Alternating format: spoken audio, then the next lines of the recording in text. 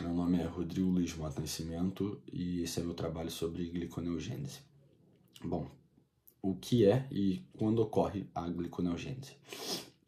Gliconeogênese é naquele momento que você está com fome, ou seja, você está com fome, não tem comida, e aí entra a gliconeogênese, né? Você está com baixa glicose no sangue, tem tecido do seu corpo precisando de glicose, você não se alimentou, ou seja, lá onde você está, não tem comida, e você não tem tempo para comer, você está em jejum, o que o seu corpo vai fazer?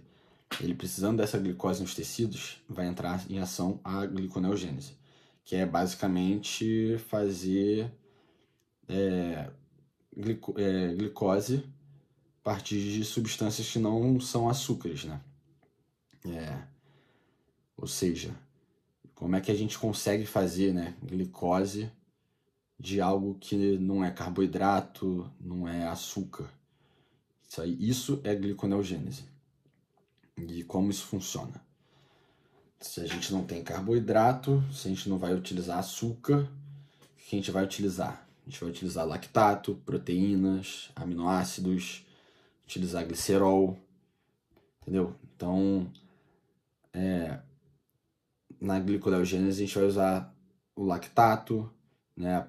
O glicerol, que tem uma íntima relação com a glicólise, né? E aí, como é que a gente consegue transformar eles em glicose?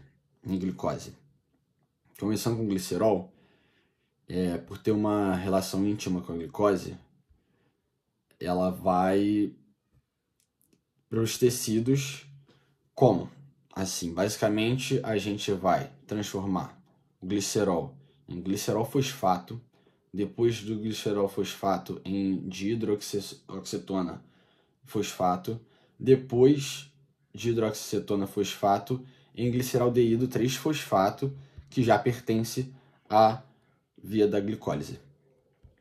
E daí, o que a gente vai fazer? A gente vai fazer o caminho inverso da glicólise, né? Você vai pegar o gliceraldeído 3-fosfato, transformar ele em frutose 1,6-bifosfato, e depois, com uma enzima diferente da glicólise, que é a frutose 1,6-bifosfatase, você vai transformar a frutose 1,6-bifosfato em frutose 6-fosfato.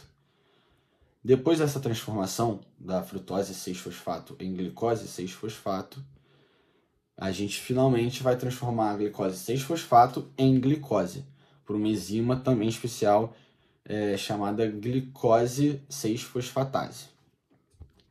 Então, nessa cadeia da glicólise, não temos essas enzimas citadas anteriormente.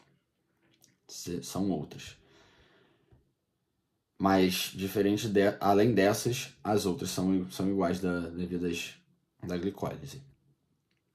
O que diferencia, nesse caso, vão ser as duas primeiras, já citadas. A frutose 1,6-bifosfatase e a glicose 6-fosfatase. E nesse caso do glicerol, elas são diferentes da glicólise. Bom, glicerol, vai glicerol fosfato, depois hidroxicetona fosfato e depois gliceraldeído 3-fosfato. E esse gliceraldeído 3-fosfato vai seguir o mesmo trajeto, só que agora em sentido glicose, sentido contrário para a glicose. Bom, quero formar a glicose a partir do glicerol, né? Falei que além do glicerol a gente pode utilizar aminoácidos e até lactato. Lactato, ele basicamente vai se diferenciar ali depois em piruvato, que seria no finalzinho da glicólise. Já os aminoácidos, eles vão a diferentes tipos de intermediário do ciclo de Krebs. Ao olhar o ciclo de Krebs, a gente pode observar que, por exemplo, a tirosina, ela vai ao intermediário do ciclo de Krebs, que é o fumarato. A prolina vai para o alfa-cetoglutarato. E a valina vai para o succinil-CoA. Podemos observar que os diferentes tipos de aminoácido vão aos diferentes tipos de intermediários no ciclo de Krebs. Então, como a gente transforma um aminoácido em glicose? Agora, o aminoácido, a gente vai fazer todo o trajeto contrário do ciclo de Krebs, depois de glicólise, até chegar na glicose. Basicamente isso. Então, usando como exemplo a tirosina, ela vai a fumarato. Nela se transforma fumarato, que é intermediário do ciclo de Krebs. Vai percorrer todo o ciclo de Krebs ali até chegar no oxalacetato. No oxalacetato, ela vai sofrer uma pequena transformação e vai se transformar em fosfenolpiruvato, que já é a glicólise. E aí o fosfenolpiruvato vai ascender a todo o trajeto e chegar na glicose. Vai chegar na glicose. Então, independente de onde entre ou qual tipo de aminoácido, ele vai passar por todo o ciclo de Krebs até chegar no oxalacetato. E o oxalacetato vai sofrer a ação de uma enzima e basicamente se transformar em fosfenolpiruvato. E do fosfenolpiruvato, a gente vai seguir agora a cadeia ali, basicamente da glicólise, só que contrário, até chegar na glicose. Vemos também que os aminoácidos vão entrando no ciclo de Krebs por meio de intermediários, né?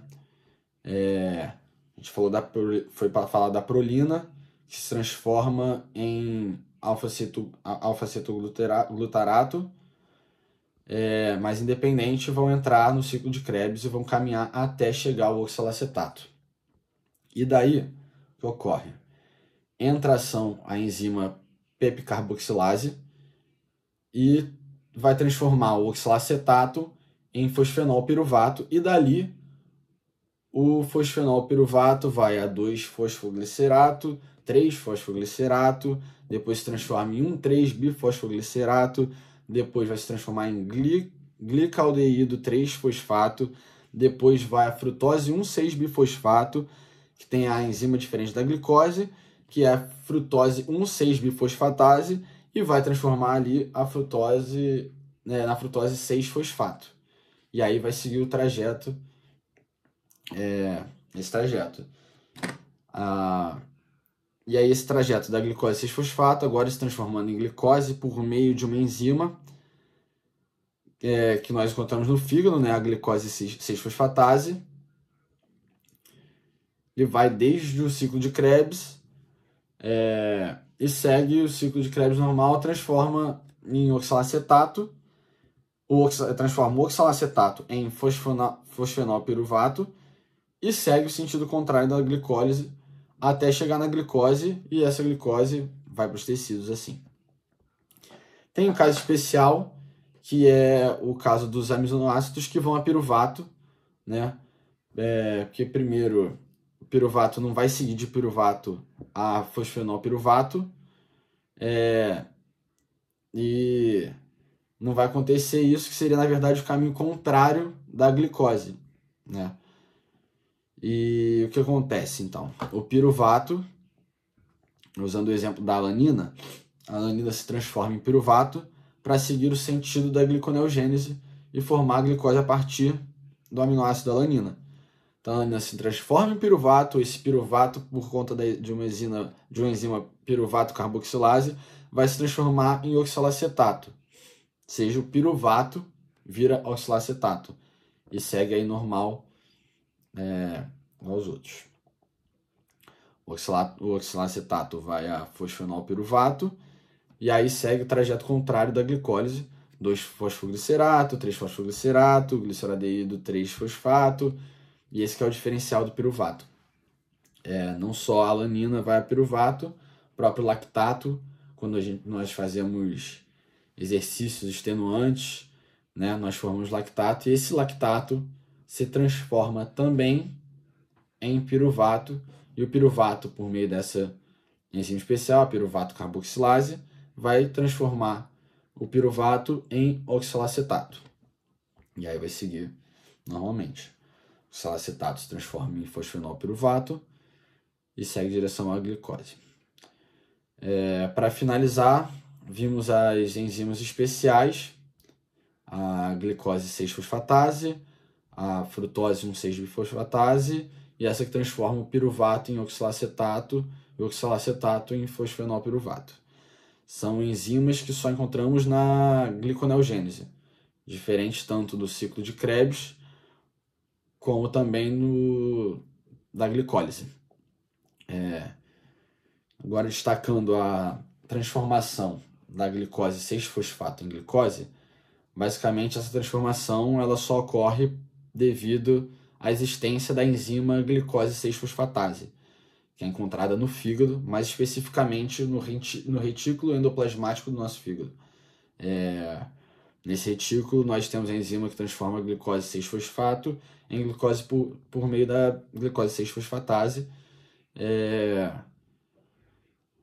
Essa glicose que sai do retículo pelo transportador T2 e a partir dali ela sai da célula por meio de GLUT2, que é o transformador de glicose, e vai alcançar a corrente sanguínea. A partir daí, essa glicose na corrente sanguínea segue onde for necessário um tecido que está precisando e no momento que estamos em jejum, se a gente precisa de glicose, não tem alimento, é isso que vamos fazer então. A gente vai recorrer à gliconeogênese, né? Então, para definir basicamente, de forma bem rasa, a gliconeogênese seria isso, pegar o glicerol, o aminoácido, o lactato, e daí transformá-lo em glicose.